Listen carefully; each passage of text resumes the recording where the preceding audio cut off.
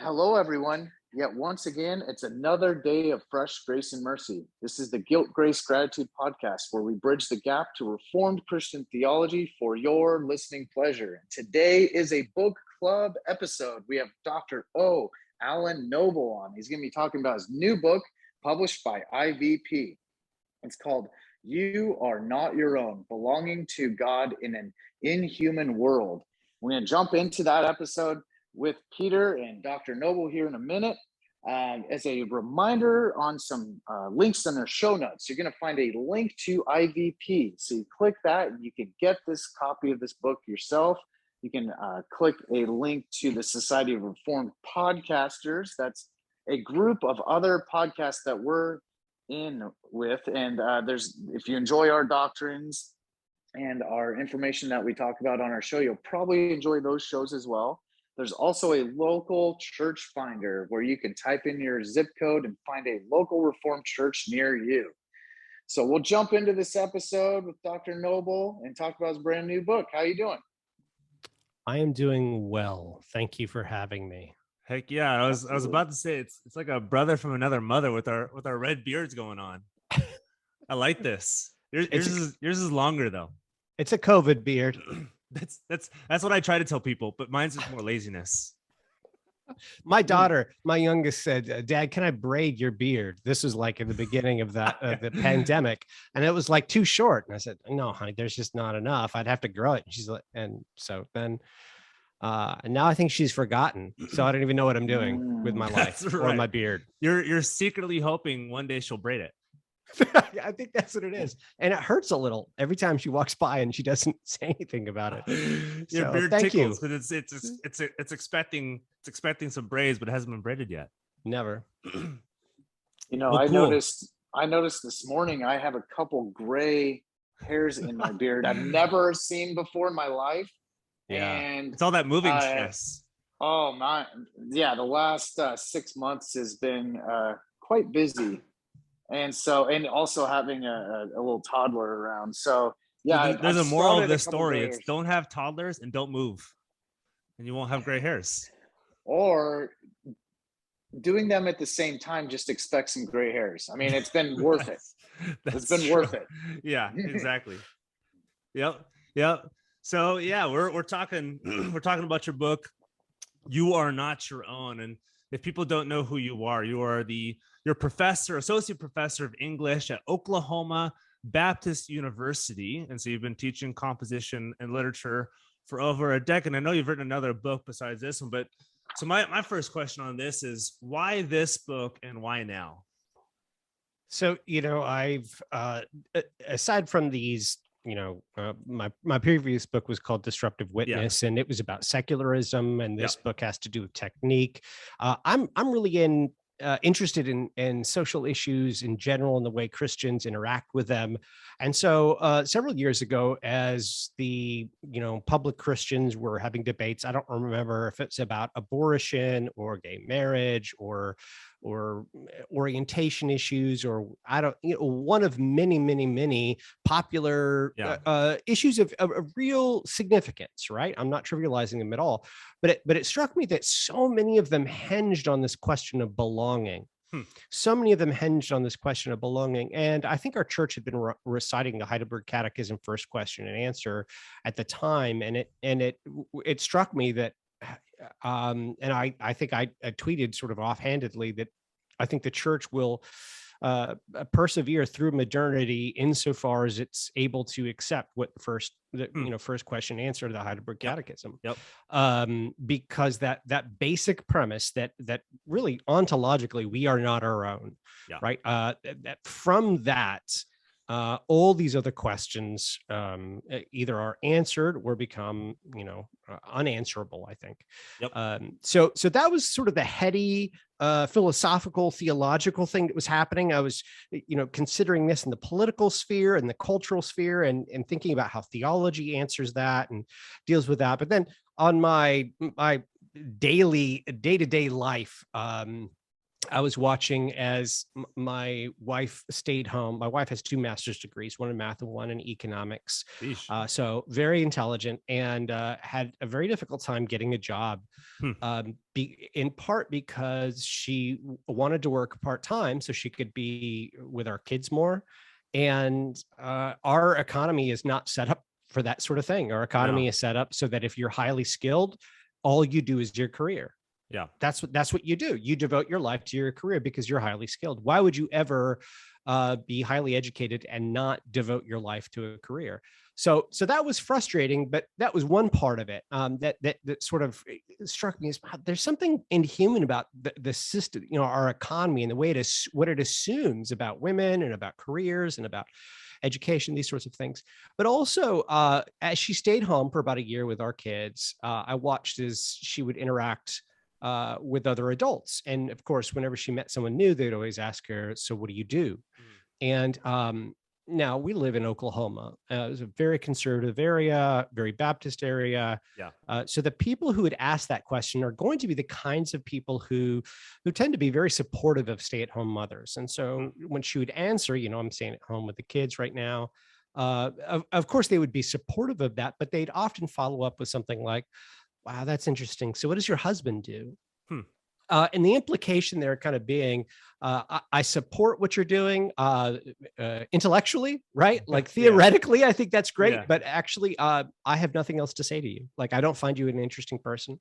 It feels like your life is on pause, because what makes someone interesting and compelling is this, thing that they're doing, this career that they're pursuing, or this journey that they're on, or whatever. And so that was notable. And the other thing regarding to parenting was the fact that parenting, when you're not, when you don't have relatives nearby or close friends nearby, is unbelievably hard. And that the fact that we live so isolated from one another in these houses, trying to raise children by yourself, if you stay, maybe Nick, maybe you're feeling this, but if you stay with a toddler for 8 hours by yourself, doesn't know that at all. You'll go crazy. You'll go crazy. It will drive you. And it made me think, how have humans lasted this long? And then it occurred to me, well, maybe we haven't been by ourselves with toddlers for all of history. Like maybe we tended to go outside and spend time with our neighbors and the kids played together, or we went over to each other's houses, or we lived in communities. Anyway, so all these things are coming together. And I'm watching as my students in college who are Christian and should not be burdened with these, what I would call secular responsibilities of self-belonging. They're overwhelmed. They're crushed. They have all these anxieties about choosing the right career and marrying the right person, and their lives being failures. So all of these things are sort of fitting together. And I'm thinking to myself, I think that in some pretty fundamental ways, our society is inhuman. That I've known it's fallen. Okay, I'm Reformed, so yeah, it's fallen, right? Okay, but the particular way it's disordered today was what was interesting me. And then at some point, I made a connection between that sort of theological, philosophical thought, that centrality of to whom do we belong as the question of the modern world, and then the lived experience of the modern world, which was inhuman. And at that point I thought, well, I wonder if it's inhuman because we're taught that we belong to ourselves, but that's not anthropologically true, that we are not our own. But if we're told that we're our own and we're forced to act as if we are our own, that would make us feel terrible. And I think a lot of people feel terrible. So maybe that's it. Yeah, maybe. Yeah, before Nick asks his next, something attached to this, and use this illustration at the beginning of your book with that caged lion. As you're walking into the zoo, you see this caged lion. You wonder, why is he acting so strange? You wonder, is that just who the lion is? But then you kind of make that as a metaphor for our human life, and we have, in fact, we're the only species on this planet that has created our own cage for ourselves. As if you can kind of like, and I know it's kind of attached to what you just said too. Like, we've created this own society for ourselves. It's amazing. It's amazing. And then we're shocked when we're like, this cage is not natural. Exactly. This doesn't work. I wonder why that is. Yeah. So that condition is zookosis. You'll see this with sometimes lions and bears. They'll pace in circles in a zoo, and they'll do it all day long, and you'll see like a little patch of ground, like an oval in the ground where they've been pacing all day long for maybe years. And when I found out what zookeepers, I don't know, that feels like a Dr. Seuss term. I don't know, zoologists. I'm sure somebody who's a zookeeper right now is yelling at their phones like, that's called this. That's right. Lion keepers. Anyway, to treat zookosis, what they'll do is they tend to do two things. One is antidepressants, and two is enrichment activities. When I heard that, I was like, that's me. Yeah, like that's what society tells me. Like when I am living in society and I'm rubbing up against it because it's not built for me and it doesn't functionally work, and I'm filled with anxiety and dread, and I'm overwhelmed and exhausted and feeling inadequate and depressed and all these sorts of things. Society says not, hey, there's a fundamental problem with the way we're living. Instead, it says, hey, you need some antidepressants, which I absolutely believe have legitimate purposes and are helpful. Totally. But okay. And then also here are some distractions, because that's what enrichment activities are, right? So here, play with this weighted ball if you're a lion, or for me, here's some Netflix, right? And in either case, we're not dealing with the issue. So yeah, I think that image is powerful. Yeah, I feel like you have a great emphasis on the total depravity of man, which is really even though you don't call it that, I don't think throughout the book, but yeah, your images kind of reflect that. Yeah. I mean, the man-made structures and ways of trying to maybe either save ourselves or occupy ourselves or fill that void in our hearts that is only God-shaped with our own man-made structures just doesn't satisfy. And I think you make a lot of great, honest and blunt points about that I find really refreshing and appreciate. I know Peter says the same too. I'd like to actually, in the introduction, this is a great way to start off the book too.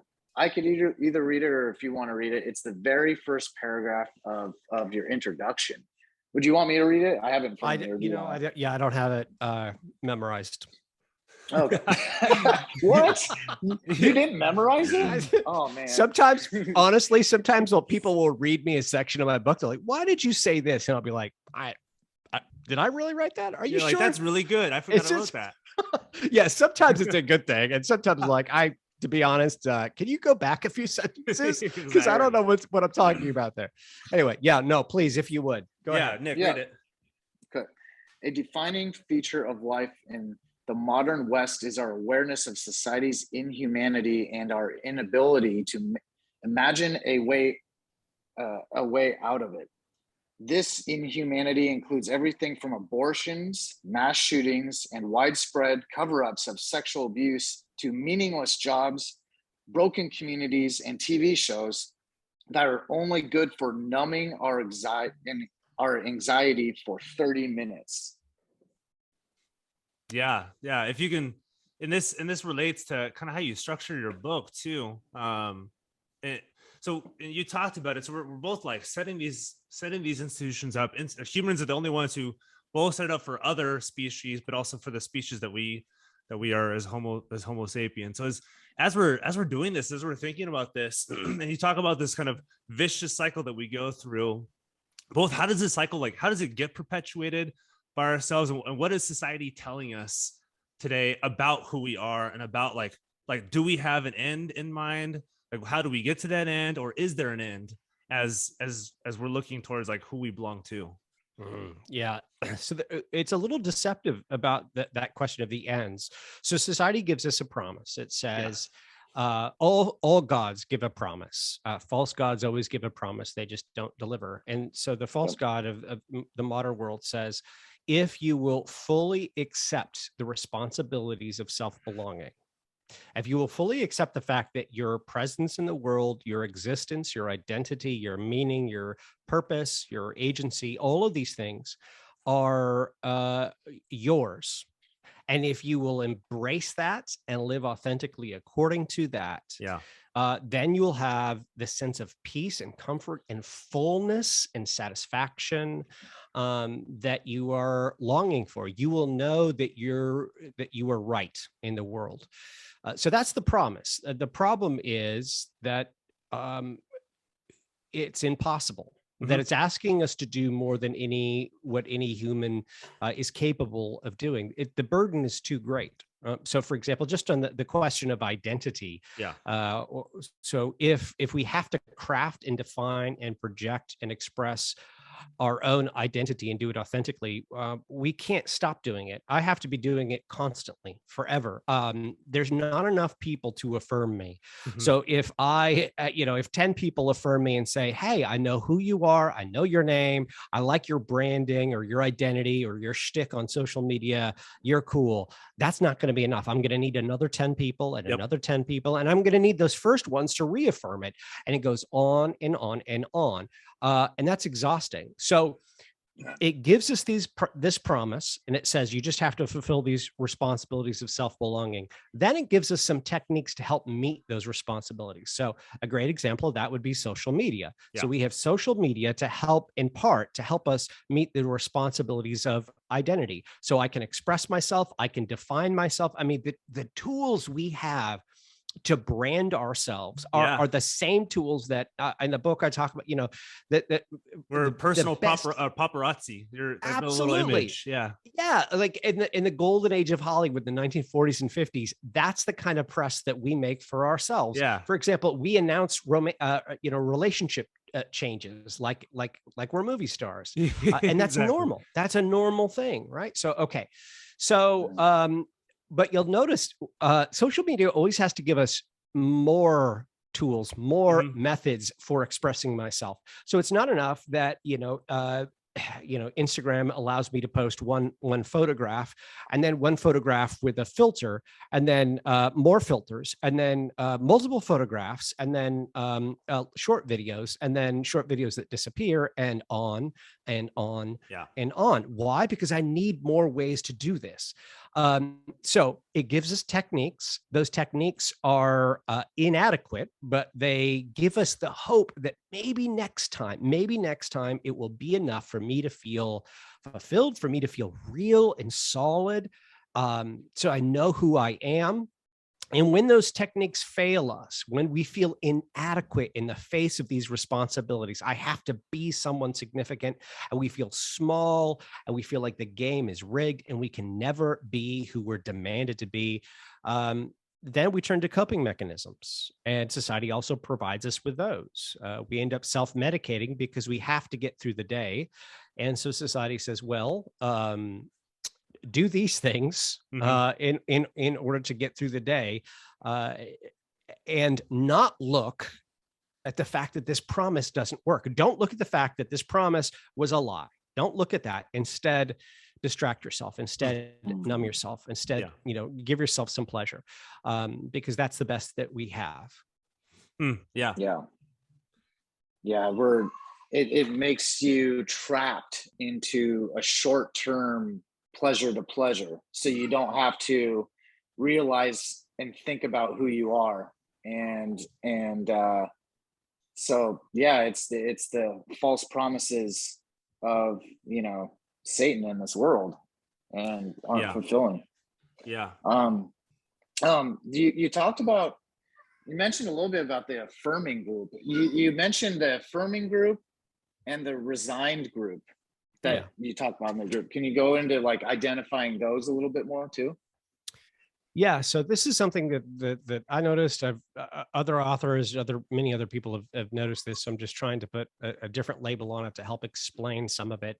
But I do think that when anyone is presented with these responsibilities of self-belonging.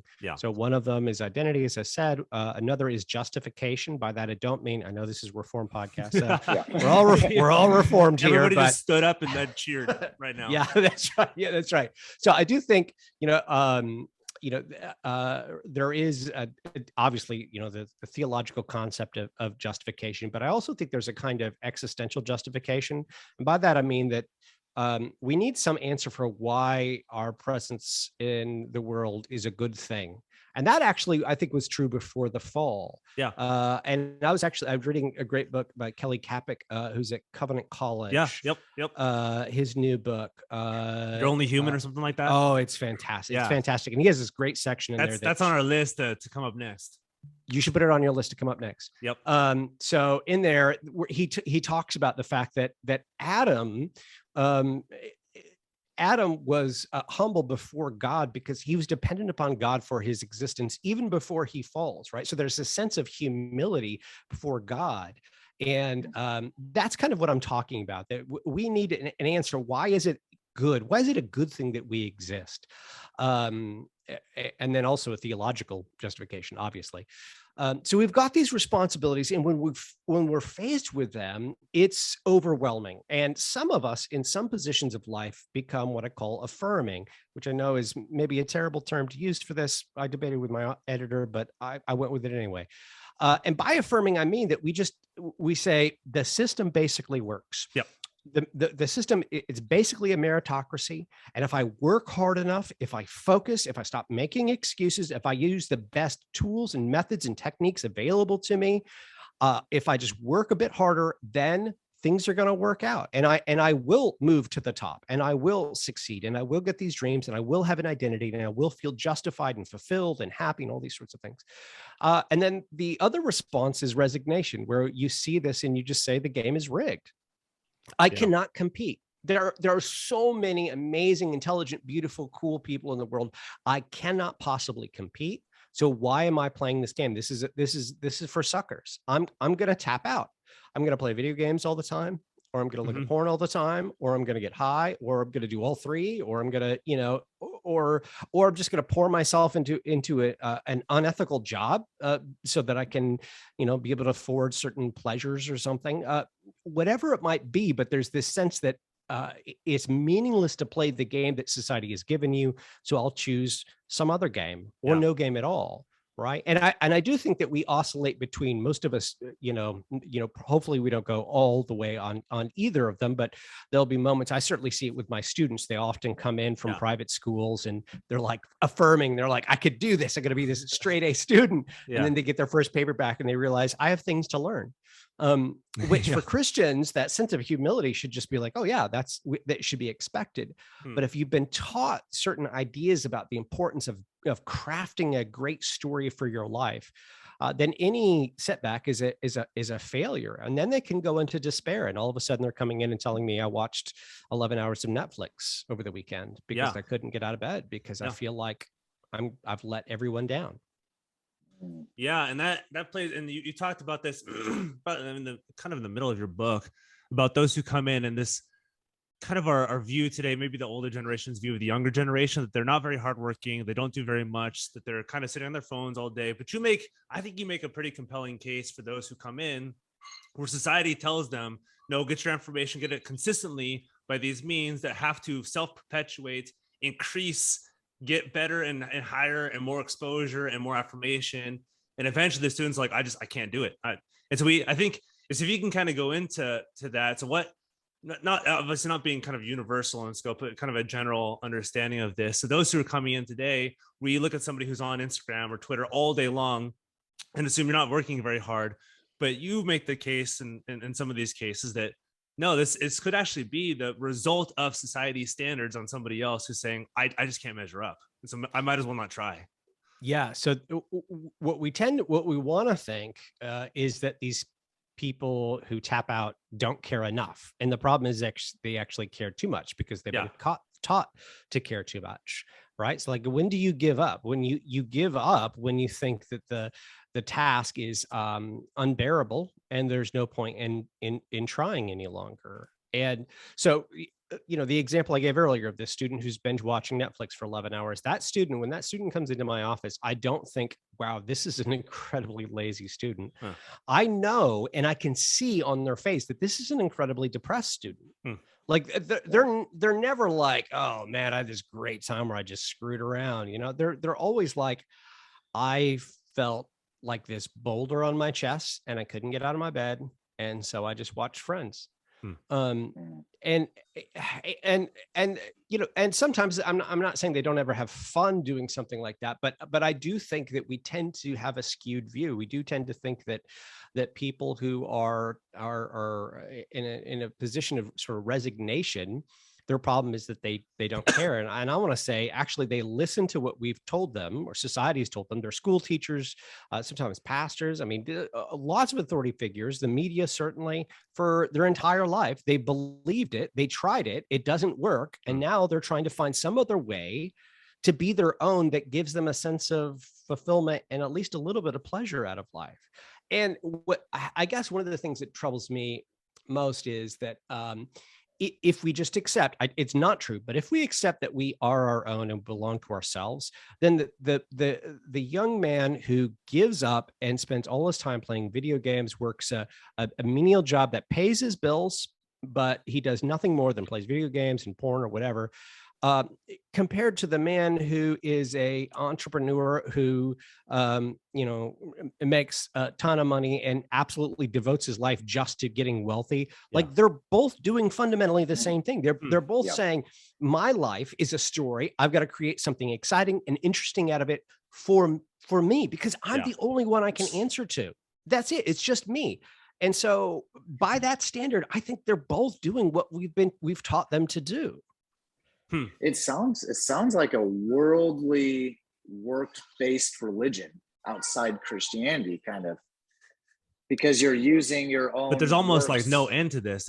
It's not even like, let's move towards something. It's no, this is a self-perpetuating cycle. The society is going to continually build these tools, but these tools only point to the next tool versus an end in sight. Yeah. There is no, so it is, you can think about it as a kind of works-based. I mean, as I said earlier, I described this as a false promise, because it is a kind of the idol of our culture.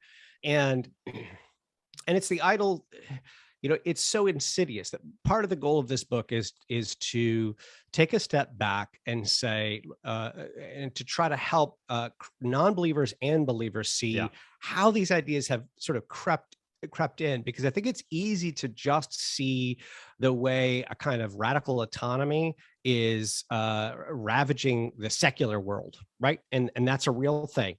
But I think it's difficult to see how we might have bought into similar things. And again, as I see my students having existential crises when they're seniors, I think to myself, we're not doing something right. Because if these kids are about to graduate college and they feel like, if I don't get the right job or I don't marry the right person, my life will be an utter failure, somebody screwed up, or actually somebody's like, we did this person a disservice, because they don't understand that their worth, their value is before a living and loving God, not before, you know, what they do with their career. Yeah. And even when you're saying that, it reminds me of another illustration, a book that you described towards the end-ish, right before you get into kind of quote unquote the gospel section of this. But it's a story of a young kind of promising student who gets straight A's, or gets really good grades. And then there's this vision that she has of this tree, or pulling from fruit of this tree, and different options that they have from pulling from the fruit of this tree. So if you can maybe describe that metaphor that's being used, and you use this as kind of a contemporary metaphor for today's society, for this is kind of what we're seeing today. Yeah. So I teach this text. It's Sylvia Plath's The Bell Jar to my Christian, you know, English majors. Plath very much not a Christian. And she's writing in the 60s, 50s, 60s, and my students, so half a decade later, more than a half a decade. Oh my gosh. I said decade? What is that? Half a century? Century. Close. Whatever. Numbers. I don't teach numbers. I don't teach dates. Your wife did, but that's right. That's true. That's true. Yeah. She does. In any case, they resonate with this story. It's this, yeah, as you said, it's the story of this girl who's an affirmer. She's high achiever, top of her class, and then she gets to a point where she realizes she's given this opportunity, an internship where she's introduced to a lot of other people who are high achievers, and she realizes I'm really not all that special. And somebody she looks up to and admires tells her, if you even want to have a chance at a job in this field of editing, you're going to have to do a whole lot more. You won't even stand a chance. And that's when she has this vision of being at the bottom of a fig tree, and each fig represents a possible job for her. And she thinks, man, I could do this, or I could do that. I could be a mother. I could be a poet. I could be an editor. I could be a archaeologist, I think is one of them, just all these different things. And she thinks she can't pick any of them, because if she picks one, all the others will dry up and rot and fall to the ground. And so she's terrified of picking the wrong one. And so in the dream, they all dry out and fall to the ground. And she dies. She imagines herself dying in the dream. And my students, when they read that, feel it acutely, because that's the sort of thing that they're faced with. They believe they have so many options, and making the right choice is going to define their life. And so they freeze up. They have what's called choice paralysis. Yep.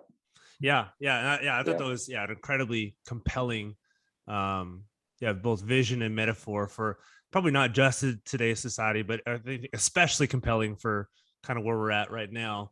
Where our life choices tend to be not just what we do, but who we are. And if we don't choose the right one, then society looks at us and says, oh, they had all this great potential. What happened to them? Or they just, one that struck me that just hadn't struck me before is, oh, they're just a mother. They're not actually contributing to society in any way.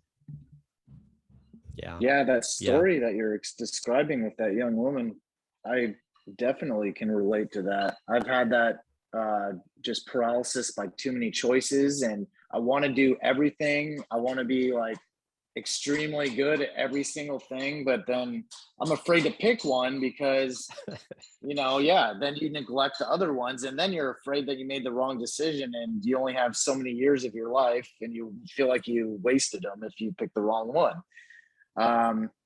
So even us, somebody like me as a Christian, I can relate to people that struggled with that. We can, but this is really comforting that you've acknowledged this, and you've said that you've maybe have talked to young people that have struggled with this. And so what's your message to them? Do you go straight to like question answer 1 of the Heidelberg and just go right there? Do you talk, do you explain the law gospel distinction? Do you introduce them to who Jesus Christ is? What do you kind of feel like you do at this point? I mean, sort of all of the above, although I don't use it in typically, I don't actually recite the catechism for them. But what I do remind them of is that their task before God is to be faithful, to honor him and to glorify him. And that God is going to give them lots of good things that they can do. And they just need to use the wisdom that God has given them to pick one and to do it well, to glorify God. And that's it, right? If you have it, if there's some career and it's an opportunity for you to support your family and to support the church, and it's good for your neighborhood, your community, and it's ethical work, then just do that job. That's fine. Like, you don't, and if this is the only, if this life is all that we have, and we have to tell a great story with it, then we really need to be worried about not doing all the things. Like you should feel panicked that you're not doing all the things. You should feel bad that you're not watching all the movies and having all the hobbies and exercising in all the ways and being, the parent in all the ways and all these different things, right? Reading all the books.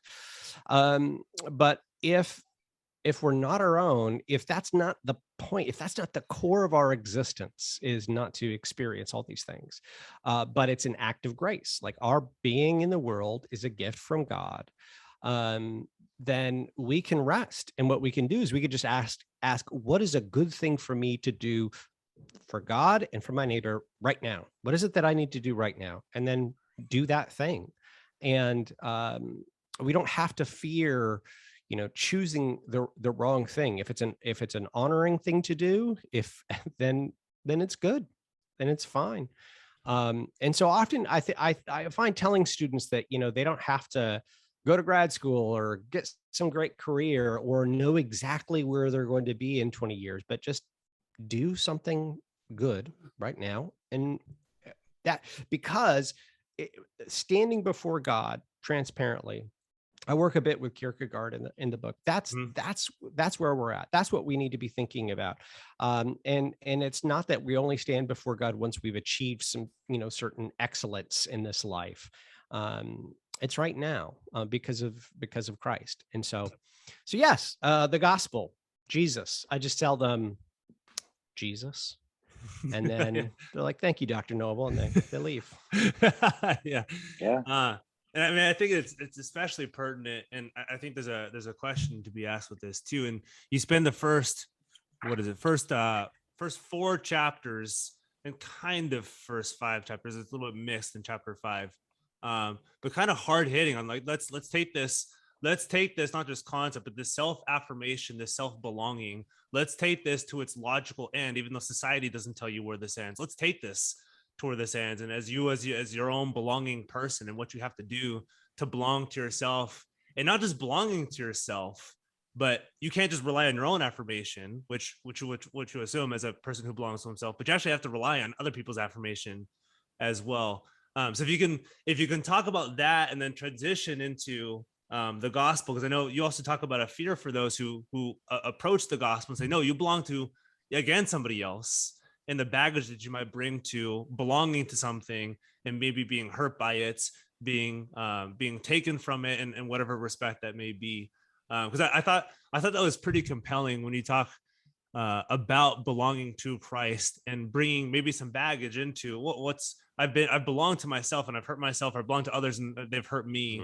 How is Christ not going to hurt me if I belong to him? All right. So those are two. So you want me to talk about the question of abuse, which is very important, but also the question of external validation. Yeah. So I thought, because that led into this stuff too, where it's not just we affirm ourselves, but it's like we have to affirm ourselves while being affirmed by other people to make sure that affirmation is actually being affirmed. Right. Yeah, it's the great catch-22. And we've known, as I said at the very beginning of the book, like we know all of this stuff. We just kind of can't imagine a way out of it. So we've always had these jokes. There's a great, Calvin and Hobbes strip about, Calvin wearing a name brand, a t-shirt or something and feeling like he's an individual or something like that, like I'm going to be unique, just like everyone else. Yeah. So we know this, but it still works effectively on us. So, identity is one of those responsibilities of self-belonging. We have to have a solid sense of identity.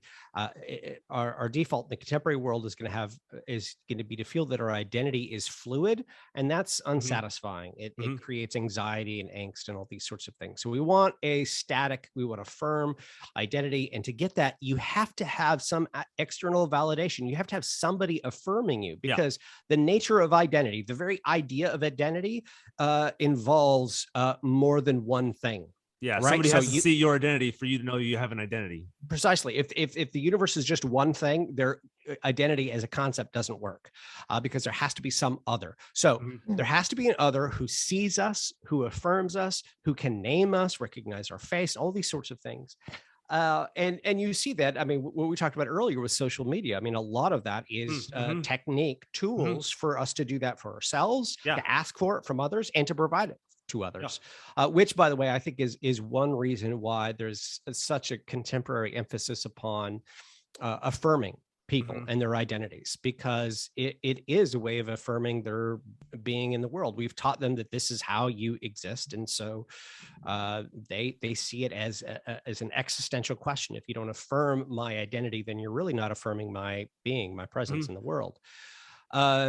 So for the Christian, though, the great hope is that there is a witness to our Yeah. existence, and that witness is God. And the difference is that he sees us transparently. He sees us in all our contradictions, all our hypocrisy, all our sin, all our confusion, all our doubts, our ignorance, our loves, our desires. And he loves us, and he knows us for certain. He knows us for certain. So the gaze of God upon us means that we do have an identity. Can we articulate it and write it out and turn it into an icon or a brand? No, it's too complex for that. But we know that there is one witness at least who can see us and know us truly, and that's enough for us. Now to the question of abuse, and this is this is one of the challenges of the book. The very title itself is quite, and I don't mean this in a mocking or belittling way, but it is triggering to some people, because the sad truth is that the church has used this idea of not belonging to yourself. I'm not going to say the church. People in the church and churches, specific individual churches, have used this as an excuse to abuse people sexually, spiritually, emotionally, physically, whatever it is. And there's a long history. And the church, if you study church history, it's a history of people in the church often abusing people under them. It's horrific. And so that's a reality about this concept, that there is this baggage, and that people have experienced these things, and that's real. And the fear that I think that many people have when they even imagine not belonging to themselves is that if I belong to somebody else, that other person at some point will take advantage of me. If I belong to myself, at least I can know that I can trust myself to take care of myself. That I can, but if I belong to anyone else, they're going to take advantage of me at some point, and that's true with other people. Like, so my children belong to me, but there are times when they want me to play with them, and dad says, I'm going to take a nap on the couch, and I put my own good above theirs. That's the key, right? I put my own good above theirs. They belong to me, but I can't always keep their good, their benefit, their what's best for them. I can't always do that, because I'm fallen, and I'm tired, frankly. So that's going to happen. It happens in relationships. This, in a marriage, this happens over and over, right? Where you belong to your spouse and you want to sacrifice for them, and that's great. But there are times when you fail. There are times when you actually put your good in front of your spouse's good, and you shouldn't, but you do. And then it will always happen with other humans, but that's not true with God. And so here's the distinction that I want to make.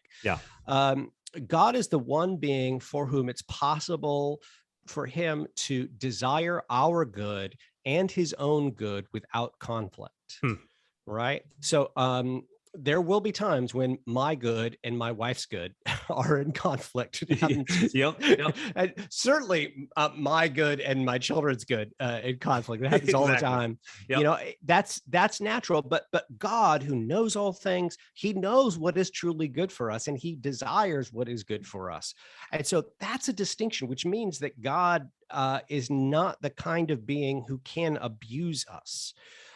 Who can take advantage of us. When we rest in him and we accept that we belong to him, that our very being in the world is a gift from God, we're accepting reality, I would say, but we're also trusting one who is the only one who can't abuse that kind of authority.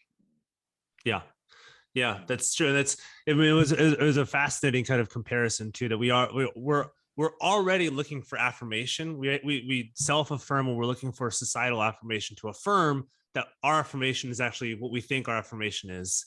And then that being externalized to one who affirms us in Christ, sees us as he sees Christ, being the affirmation.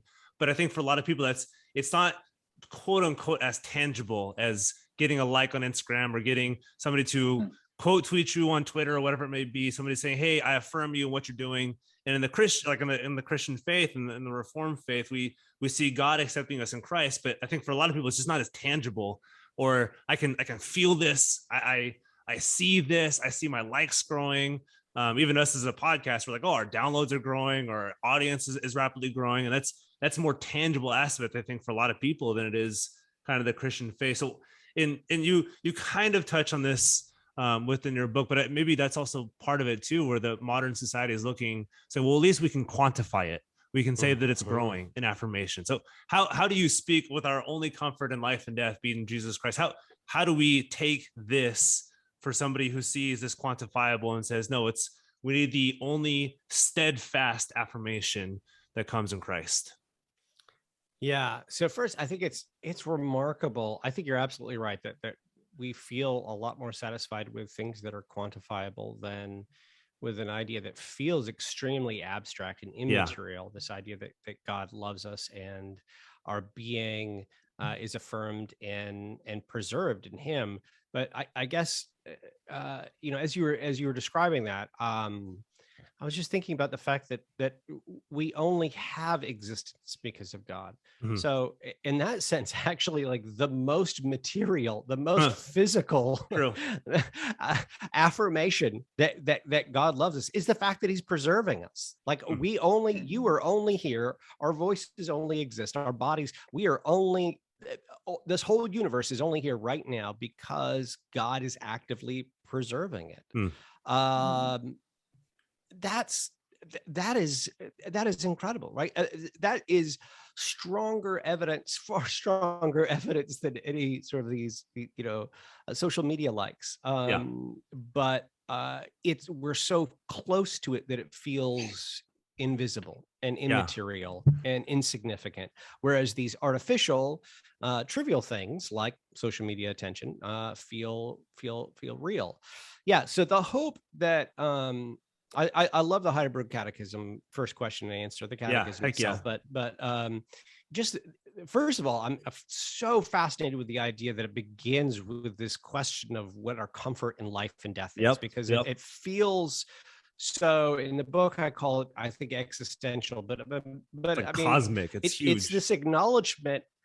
Yeah, it's this acknowledgement that if you're a person, here's the first question that you want answered. Where do you get comfort? That's amazing to me, right? Because it assumes that you feel a lot of discomfort. Like evidently, the thing that you need to get off your mind is, how do I have any sense of peace? Because I feel terrible with living, and the thought of dying is no better. Right? There's a terror in living. There's a fear of living. There's a discomfort, and there's also a fear, discomfort, terror, dread in dying. And Christ provides a comfort both in life and in death. And that's radical. So if we belong to Christ, because that's what the Heidelberg Catechism says is the source of our comfort, is belonging. That means that these responsibilities of self-belonging that we've been describing, that society has promised us, hey, if you just meet these responsibilities, you're good to go. They're lies, they're myths, they're just not true. They're lies of false idols that never satisfy and always demand more and more blood and time and leave us feeling inadequate and then striving harder after them. So those responsibilities are a lie, and our existence, our justification comes from God's love for us, His creation and preservation for us, Christ's work on the cross, His righteousness, imputed righteousness, these things. And however, and so this is, you've talked several times about how the first, half of the book is rough. It is a hard, and so then and then we get to the gospel, we get to some hope, but it's also not a simple, hey, actually, if you just change your mindset, you're all good from here on out. Boom, problem solved. It's just a mindset thing, right? I can't actually reduce this book to an Instagram post about mindset change. For a number of reasons. One is that society is still going to put these obligations or pressures upon you. They're still going to say, no, you do have these responsibilities and you need to get your act together.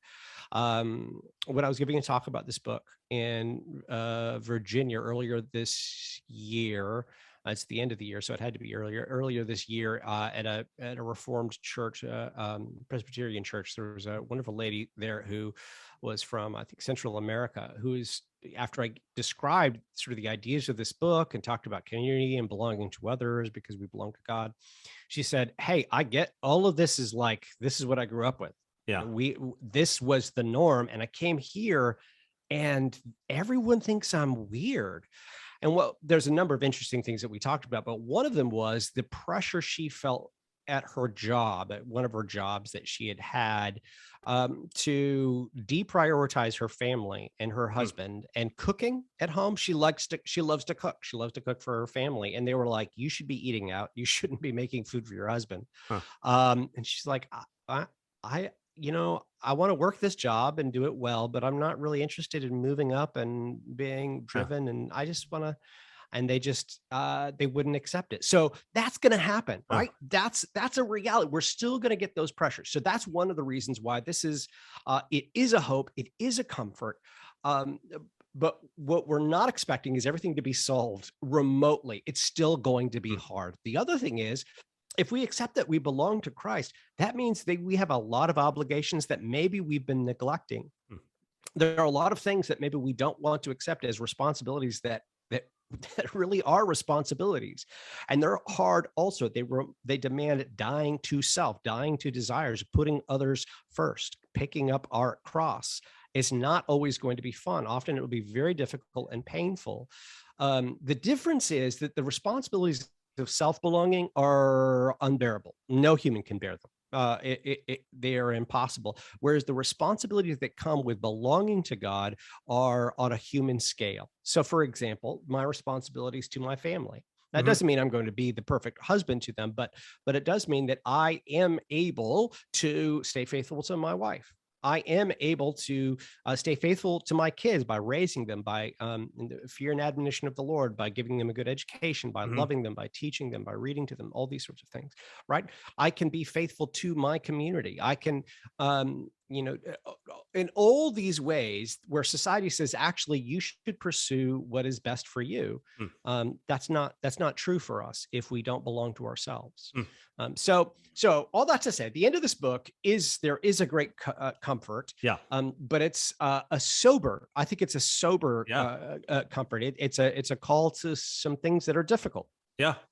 I mean, maybe my last comment before Nick, if you want to end it out, but it's interesting. Yeah. The Heidelberg Catechism is kind of written for a couple of years, but it's published in 1563 to a very specific area, which was not kind of Western American individualism, but he still begins it by assuming there's vacillation, that people are being affirmed by other sources and saying, no, your only comfort in life and death is in cross. So there's an assumption, like you said, I love how you put it. There's an assumption that we think our comfort is in either ourselves or outside of Christ. So there's an implicit assumption that he starts off with and then gets into the theological grounding of all that stuff. Yeah. But he starts off with the big question and moves on from there. So I love how you put that, where, there's an assumed vacillation. There's assumed like up and down movement of life for both Christians and non-Christians. Are we resting in Christ as our final work on the cross? Or are we resting in ourselves in this constant vacillation of life? Yeah. Yeah, I love it. Yeah, I don't know, Nick, if you have anything else.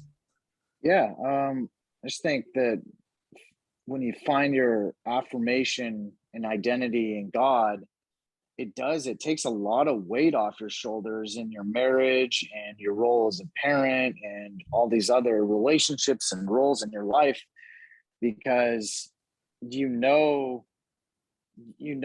like you're already not perfect in and of yourself, but you have the affirmation of God, and you're an adopted child of God. And so when life gets really hard and things are not going well and life is falling apart around you, you still have Jesus.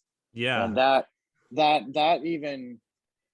might sound corny or cheesy to some people, but really, and when it gets really hard, that's all you need. And we're all fallen. We're all going to let each other down at some point. We're just, So I think, but God will never let us down. And I also think too, the talk of identity, I think anybody that is searching for identity, struggling with identity, or imprisoned by identity outside of Christ is a form of idolatry. Yeah.